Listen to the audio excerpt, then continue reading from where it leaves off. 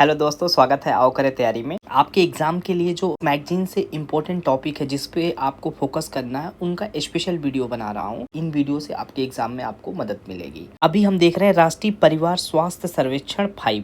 तो जो NFHS 5 है उसके डाटा को देख रहे हैं दोस्तों। जो हमारे सिलेबस में जो सेंसस है, जनसंख्या परिदृश्य है, उसमें से इसके भी क्वेश्चन आते हैं। तो हम इसको देख रहे हैं। ये क्या है? National family health survey national family health survey है।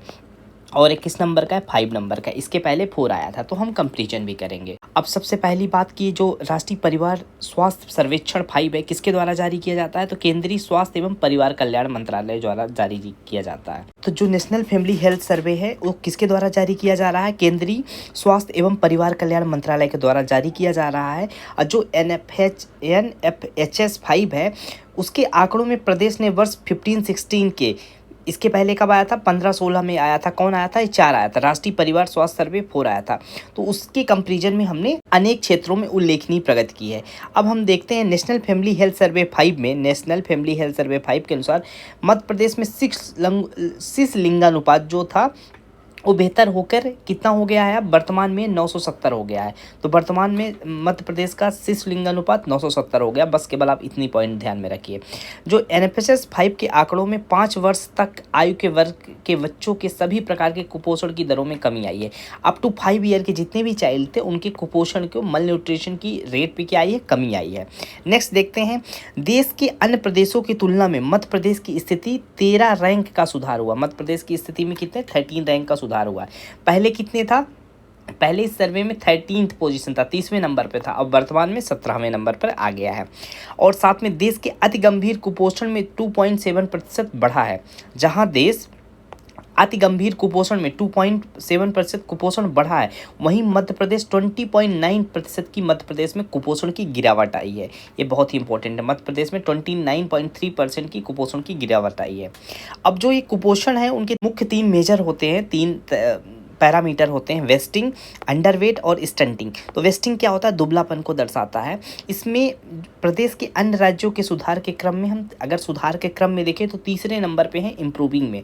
और NFHS जो 4 था, नेशनल फैमिली हेल्थ सर्वे 4 है, उसमें 32 पोजीशन थी और अब 5 में कितना हो गया? 24 पोजीशन हो गई है। नेक्स्ट हम देखते हैं अंडरवेट में, कम वजन में। तो इसमें जो सुधार की श्रेणी में 2nd पोजीशन है और ये सर्वे नंबर 4 में हम कितने थे? अंडरवेट में 33 नंबर पे थे। अब वर्तमान में 5 में हम 31 नंबर पे हो गए हैं। ठीक इसी प्रकार स्टंटिंग में देखें, इसमें भी सुधार के क्रम में हम 6वें नंबर पर हैं। 4 में हमारी पोजीशन कितनी थी? 32 थी। अब वर्तमान में हम कितनी, क्या पोजीशन है? 30वें स्थान पर है। ध्यान रखना है। अब कुछ डाटा है, इनको ध्यान रखना है, यही सबसे इंपॉर्टेंट है। सबसे पहले हम देखते हैं लिंगानुपात। तो जो नेशनल फैमिली हेल्थ सर्वे 4 के अकॉर्डिंग हमारा लिंगानुपात कितना है? 970 है। जन्म के समय लिंगानुपात मतलब पिछले 5 वर्षों में जन्म लेने वाले बच्चों का जो जन्म लिंगानुपात है, इसी को शिशु लिंगानुपात कहते हैं, वो कितना है? 956 है। पेयजल की सुविधा कितने में? 89% जो मध्य प्रदेश के एरिया में पेयजल की सुविधा है। बाल विवाह 23.1% है। स्वच्छ ईंधन कितना है? 40.1% है। इलेक्ट्रिसिटी कितनी है? 98.4% है। महिला साक्षरता 65.4% है। अब महिलाओं में एनीमिया कितना है? 54.7 है, जो कि अभी भी मेजर कंसर्न है। अब बच्चों में एनीमिया 72.7% है। ये दो क्या है? ये हमारी कंसर्न की चीज़ें हैं। अब हम यहीं पे साथ साथ दोस्तों आपके हेल्प के लिए दूसरा जो हमारा डाटा हमको कहाँ से मिलता है, वो हमको कहाँ से मिलता है? सेंसस से मिलता है, सेंसस। और जो रिसेंट की सेंसस है कब की? 2011 की जनगणना से। तो अगर हम लिंगानुपात की बात करते हैं तो लिंगानुपात जो नेशनल फैमिली हेल्थ सर्वे 5 है उसके अकॉर्डिंग 970 है, प्लस सेंसस 2011 के अनुसार हमारा लिंगानुपात कितना है? तो 931 है। जो जनगणना 2011 के अनुसार हमारा लिंगानुपात कितना है? 931 है। और जो सर्वाधिक लिंगानुपात की बात करते हैं तो नेशनल फैमिली हेल्थ सर्वे में सबसे ज़्यादा लिंगानुपात कहाँ का है? तो सिवनी का सबसे ज़्यादा लिंगानुपात है।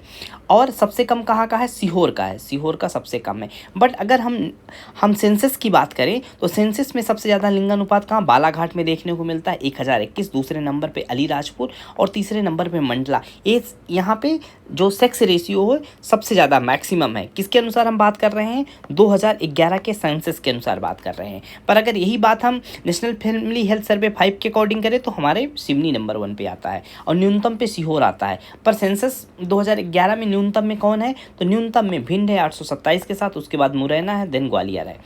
ठीक है। और इसमें से जो लिंगानुपात ग्रामीण और शहरी में अगर हम कैटेगरी करते हैं तो 976 सेक्स रेशियो कितना है, ग्रामीण में है, और 953 कहाँ पे, शहरी क्षेत्रों में है। तो ये तो हमने लिंगानुपात देखा। इसी तरीके से जन्म लिंगानुपात का मतलब पिछले 5 वर्षों में जन्म लेने बच्चों का लिंगानुपात।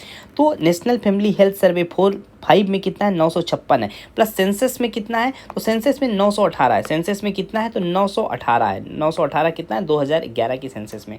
और सबसे ज़्यादा कहाँ पे है शिशु लिंगानुपात, तो खंडवा में है, नेशनल फैमिली हेल्थ सर्वे 5 के अकॉर्डिंग। बट सेंसस के अकॉर्डिंग कहाँ पे है, तो अलीराजपुर में सबसे ज़्यादा क्या है, शिशु लिंगानुपात है। उसके बाद डिंडोरी और मंडला दोनों में 970 के साथ दोनों एक ही पोजीशन में है, और तीसरे नंबर पे आता है बालाघाट में।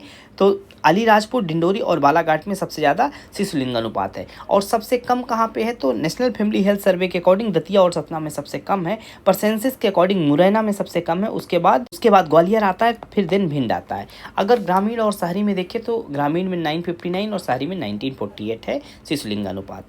इसी तरीके से अब हम तीसरी चीज़ देखते हैं, पेयजल की उपलब्धता। तो पेयजल की उपलब्धता कितनी है, 89% एरिया में मध्य प्रदेश में है, और सबसे ज़्यादा पेयजल की उपलब्धता नरसिंहपुर में है, और सबसे कम कहाँ पे, डिंडोरी में है। और अगर ग्रामीण और शहरी देखें तो ग्रामीण में कितना है, 85.7% पेयजल की उपलब्धता है, और शहरों में 97.9% की पेयजल की उपलब्धता है।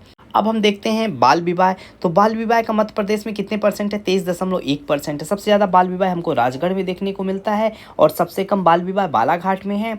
और ये कहाँ पे, ग्रामीण और शहरों में देखिए तो ग्रामीण में बाल विवाह ज़्यादा है। अगला है स्वच्छ ईंधन को देखते हैं, तो 40% हमारे स्वच्छ ईंधन की उपलब्धता 40% है। सबसे ज़्यादा कहाँ पे है, तो इंदौर में सबसे ज़्यादा है, डिंडोरी में सबसे कम है। और गाँव में देखते हैं तो 23%, और शहरों में स्वच्छ ईंधन 84% है। ऐसे ही इलेक्ट्रिसिटी देखते हैं तो 98.4% इलेक्ट्रिसिटी है, सबसे ज़्यादा इंदौर में है, और सबसे कम कहाँ पे, सिंगरौली में इलेक्ट्रिसिटी है। महिला साक्षरता देखते हैं तो 65.4% है, इंदौर में सबसे ज़्यादा महिला साक्षर हैं, और झाबुआ में सबसे कम साक्षर। इसी तरीके से एनीमिया में देखते हैं तो 54% लोगों को मध्य प्रदेश में क्या है, एनीमिया है। महिलाओं को 54.7% महिलाओं को एनीमिया है, और सबसे ज़्यादा कहाँ पे, तो भिंड में सबसे ज़्यादा एनीमिया है, सबसे कम कहाँ पे, विदिशा में है।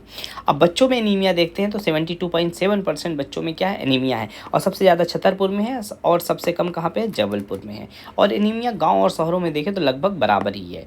तो इस तरीके से हमने देखा नेशनल फैमिली हेल्थ सर्वे 5 के महत्वपूर्ण आंकड़ों को देखा।